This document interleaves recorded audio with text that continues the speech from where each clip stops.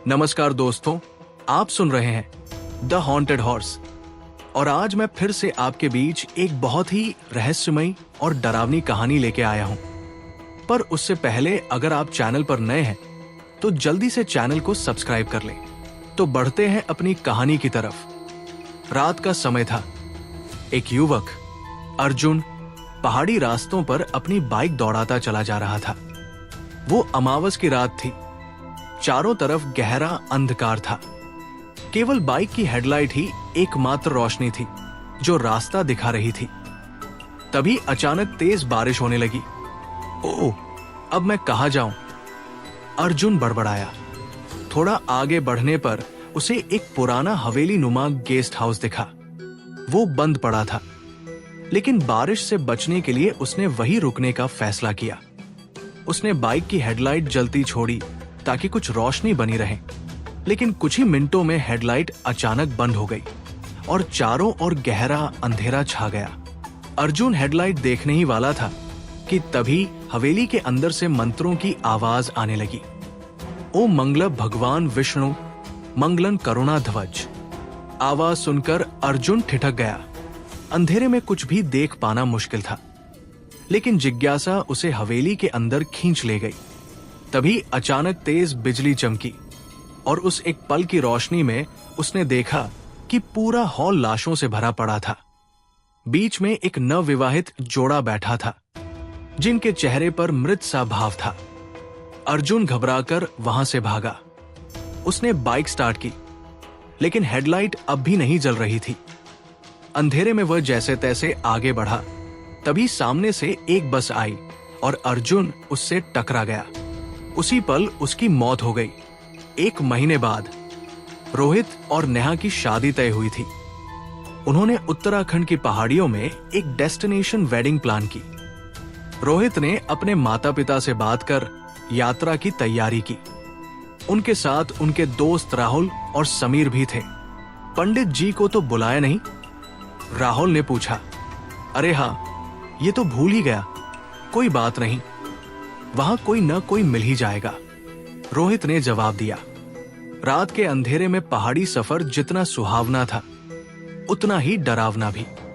अमावस की रात थी और चारों ओर घना अंधेरा पसरा हुआ था। कुछ ही देर में वे उस गेस्ट हाउस पहुंचे जिसे रोहित ने बुक किया था।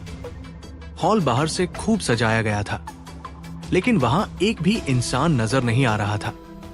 ये क्या मामला है? कोई भी नहीं दिख रहा। समीर ने हैरानी से पूछा।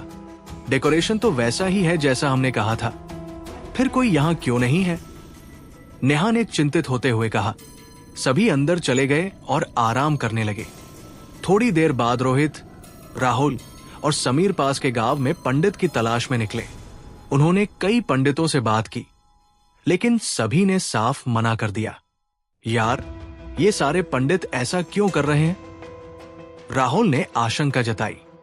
आखिरकार एक अजीबोगरीब पंडित मिला जो मानसिक रूप से असंतुलित लग रहा था, लेकिन उनके पास और कोई चारा नहीं था, इसलिए वे उसे लेकर गेस्ट हाउस लौट आए। रोहित ने नेहा के गले में माला डालनी चाहिए, लेकिन जैसे ही माला गले के पास पहुंची, सारे फूल अचानक से मुरझा गए। सभी ये देखकर सन्न रह गए। ये कैसे हो सकता है? ये तो बिल्कुल नई माला थी, समीर ने घबराकर कहा। उन्होंने दूसरी माला मंगवाई, लेकिन जैसे ही उसे गले में डालने की कोशिश की, वो भी मुरझा गई। तभी अचानक पूरे हॉल के सभी फूल सूखने लगे। यहां कुछ गड़बड़ है, पंडित बड़बड़ाया।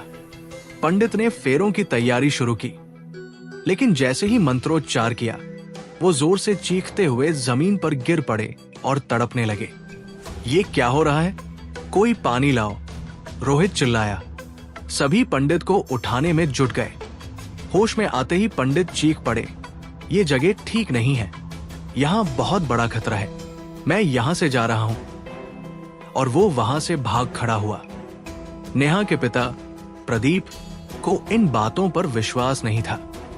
घबराने की जरूरत नहीं है, मैं खुद मंत्र पढ़कर फेरे करवा दूंगा। लेकिन जैसे ही उन्होंने मंत्र पढ़ना शुरू किया, अग्निकुंड की आग हर बार बुझने लगी। 6 फेरे पूरे हो गए और 7वां फेरा शुरू होने ही वाला था कि अचानक एक बूढ़ा व्यक्ति वहां पहुंचा। तुम लोग पागल हो गए हो क्या? इस खंडहर में शादी कर रहे हो? ये जगह श्रापित है, यहां रुके तो सब मारे जाओगे। कौन हो तुम? बकवास मत करो, रोहित झल्लाया। बूढ़े व्यक्ति ने कहा, 1950 में यहां एक लड़की शीला और लड़का मनोज शादी करने आए थे। लड़की के पिता एक तांत्रिक थे।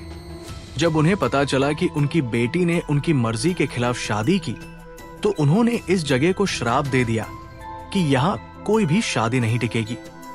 विशेषकर अमावस की रात ये श्राप सबसे अधिक प्रभावी होता है। नेहा ने हैरानी से अपनी मां चित्रा की ओर देखा। चित्रा की आंखों में आंसू थे। ये वही जगह है जहां मेरी मां शीला और पिता मनोज ने शादी की थी। ये श्राप हमें यहां खींच लाया है। मेरी मां को श्राप दिया गया था कि उनकी संतान की शादी तबाही लेकर आएगी। अचानक बिजली वापस आई और चारों ओर का दृश्य बदल गया। गेस्ट हाउस खंडहर में तब्दील हो गया। चारों ओर मकड़ी के जाले थे, टूटी फूटी दीवारें थी। तभी अग्निकुंड की लपटें भड़क उठीं और पूरे हॉल को जलाने लगी। रोहित और नेहा चीखते रहे, लेकिन आग ने उन्हें छुआ तक नहीं। देखते ही देखते सब कुछ जलकर राख हो गया। ये श्राप अब भी जीवित था और भविष्य में भी यही होने वाला था। और ये कहानी यही समाप्त होती है। तो आप लोग कमेंट करके बताना कि आपको ये कहानी कैसी लगी। और अगर आपके पास भी ऐसी ही कोई कहानी है जो आप मुझे भेजना चाहते हो, तो मुझे ईमेल करना और मैं उसे जरूर सुनाऊंगा। तो अब जल्दी से चैनल को सब्सक्राइब कर लो